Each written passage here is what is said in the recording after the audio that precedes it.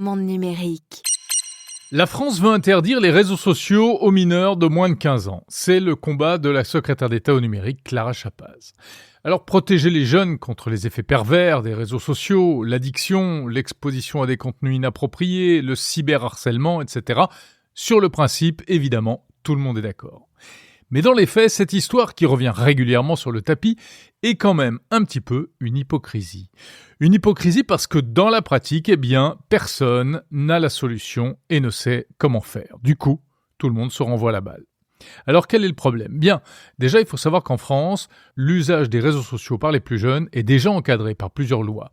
Depuis 2018, il y a la mise en place du Règlement général sur la protection des données, le RGPD, qui dit qu'il faut avoir au moins 15 ans pour accepter un traitement de ces données personnelles. Autrement dit, pour pouvoir s'inscrire à un réseau. En dessous de 15 ans, il faut l'accord des parents. Autre texte, depuis 2023, la loi sur la majorité numérique. Les plateformes doivent impérativement mettre en place des outils de vérification d'âge et refuser l'inscription aux mineurs de moins de 15 ans. Sauf que dans la pratique, ces dispositions ne sont toujours pas vraiment appliquées. Et voilà pourquoi Clara Chapaz en remet une couche. Mais le problème, c'est que limiter l'accès aux plus jeunes, c'est plus facile à dire qu'à faire. Car que ce soit pour les réseaux sociaux ou les sites pornographiques, on n'a toujours pas trouvé la solution miracle. Faut-il demander la carte d'identité ?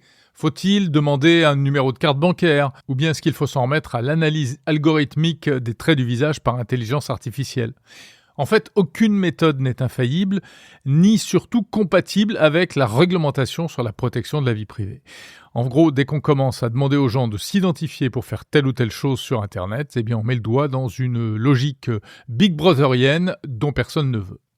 L'ARCOM, la commission de l'audiovisuel qui se mêle désormais aussi du numérique, préconise la technique dite du double anonymat. C'est-à-dire qu'on ne dit pas à tel ou tel site qui on est, on le dit à un organisme tiers qui fait la liaison avec le service demandé, mais sans révéler notre identité.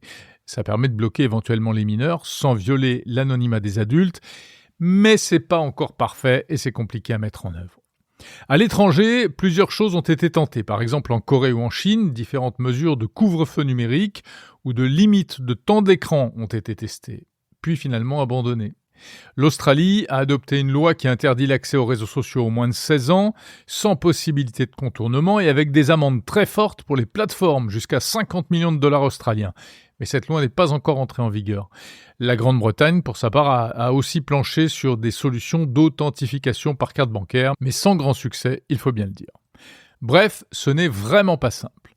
Alors du côté des réseaux sociaux, certains comme Instagram ou TikTok ont mis en place des outils de contrôle parental, notamment pour limiter le temps d'utilisation par les plus jeunes.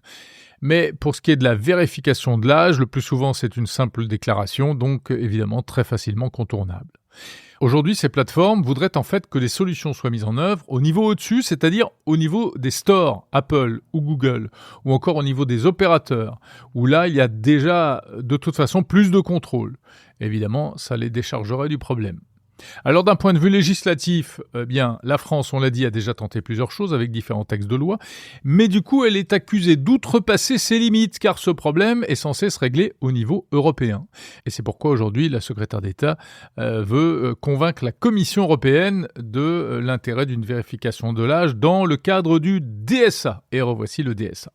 Voilà donc en tout cas comment chacun se renvoie la patate chaude sans que l'on parvienne véritablement à mettre en place une solution efficace.